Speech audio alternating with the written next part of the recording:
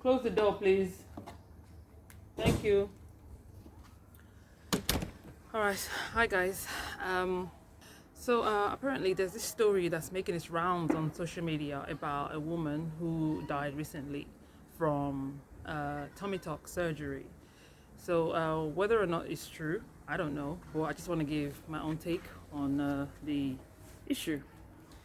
So, I'll just give you a summary of what I learned. So basically, some people are claiming that she didn't tell her husband that she was going to go for tummy tuck. Instead, she told him that she was going shopping. And some other people claim that she was actually going to do the tummy tuck surgery to celebrate her 40th birthday, which another friend came out later on to tell us that that was untrue because the lady was only 38 years old.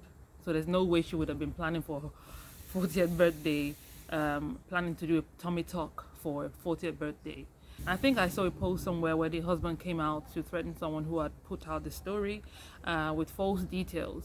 And obviously, he wasn't really happy with how this person has said stuff about his wife that they didn't even know. Also, we had a lot of other friends online that came out to basically give statements about how everything else that had been put out there about this woman has been lies upon lies, and that none of the stories out there are true, and that if she had gone for a tummy tuck surgery, her husband definitely knew about it. So what I find to be very odd, but then again, I wouldn't say it's odd because we are human beings, we are who we are, okay? People will always talk no matter what you do in this life. People will always have something to say. So what's my take on this? I know that a lot of people have said a lot of nasty things about this woman, even though they don't know her. Some people have given their sincere condolences as well, and they really empathize with the family. What I'm just gonna say is this, some people are saying that she shouldn't have done it. You can't put your life at risk like that. You shouldn't be doing tummy tuck. You shouldn't be doing liposuction. You shouldn't even go to Turkey. Turkey is dangerous. There's been a lot of people that have gone there. They've had the surgery and they had nothing to write home about. It all turned out bad for them, and that they don't know. The surgeons in Turkey are like half-baked surgeons, and they don't know what they're doing. If you want to do surgery, do it right here in the Western world, where they know what they're doing. First of all, Western world or no Western world, there's nowhere where mistake doesn't happen. Right here in the Western world, right here in the UK, to be specific, there are people that I know that have died from childbirth, all because of a doctor's negligence, all because of a medical practitioner's negligence, okay? I'm not going to say that the rate at which that happens here is higher than in any other part of the world. Obviously, the Western world has people with better expertise, better medical equipment, but at the end of the day, mistakes can always happen. Negligence can always happen here in the Western world, and especially with the medical profession generally. I think this cuts across every country in the world. There's something that is common with them, which is working long hours. I think we know that the people in the medical profession tend to work long hours, okay? We hear of doctors who say they've been working for the last 18 hours. Some of them even have their quarters right there in the hospital so that they don't have to go home. That's how bad it is. Some of them have been working 18 hours or more. And we know that at the end of those hours, a person's concentration level will go down, fatigue will set in, your coordination will not be as good. At some point, they will start to lose focus, all right? They will not be as alert as they should be. And if this person carries on working on patients, there's that possibility of mistakes, okay?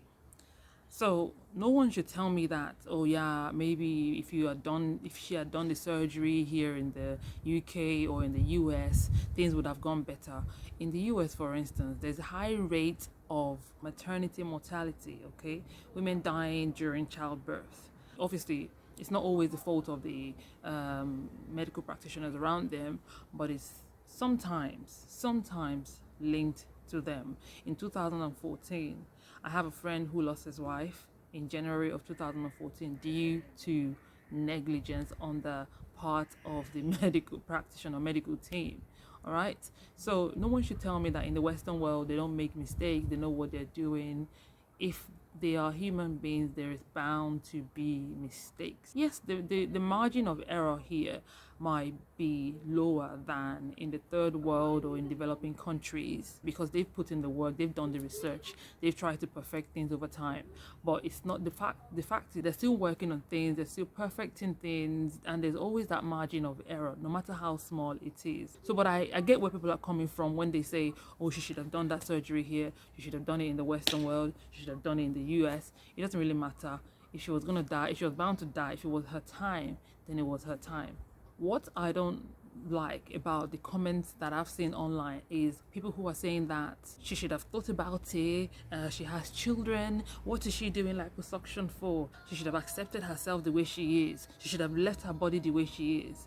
No, sometimes we need to work on her body. Some of us shed weight easier than others. We don't know how long she's been battling with these tummy issues, and even if her husband is a type that is very understanding and never really condemns her for what her body looks like, never condemns how she looks, and is very proud of her still.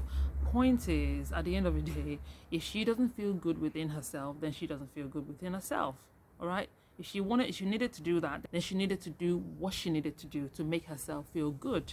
Okay, so now I know also, if it's true that her background is, I don't know, social work or social care, or maybe they said she just finished her a degree in medicine.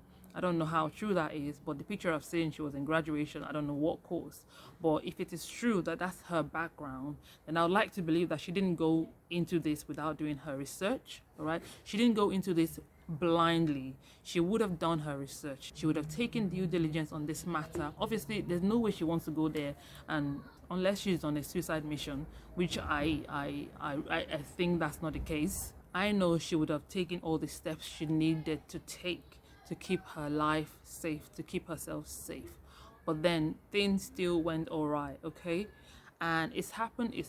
We don't need to condemn her. A lot of us do things on a daily basis that could have killed us. Right?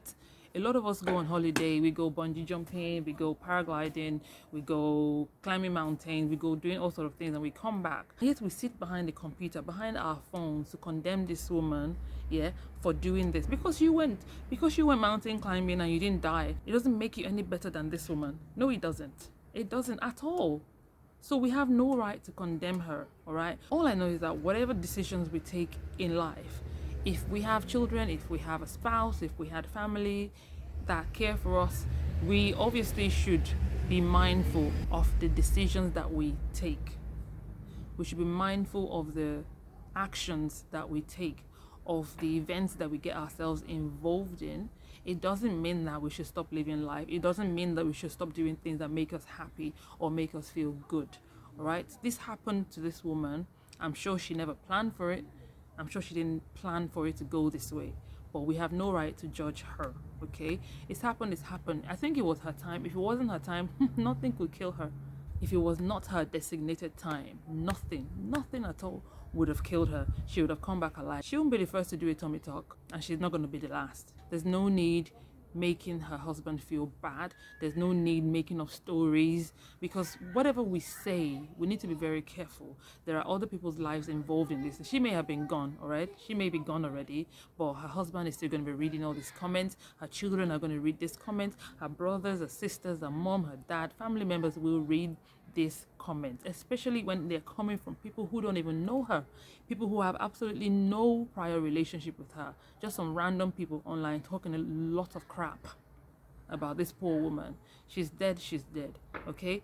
But again, my own advice again is, I'm not going to judge anyone for wanting to do any body enhancement surgery, okay? So long as you're keeping it minimal, all right? So long as you're not too overly excessive about it, and so long as you've done your due diligence, you've done your research about where you're going to do it at, what sort of qualifications do the surgeons hold, what's their success rate, what's their failure rate, you would have searched all of that stuff. It doesn't really matter if you're going to Turkey, if you're going to, I don't know, China, if you're going to wherever country you want to do it on the face of the earth.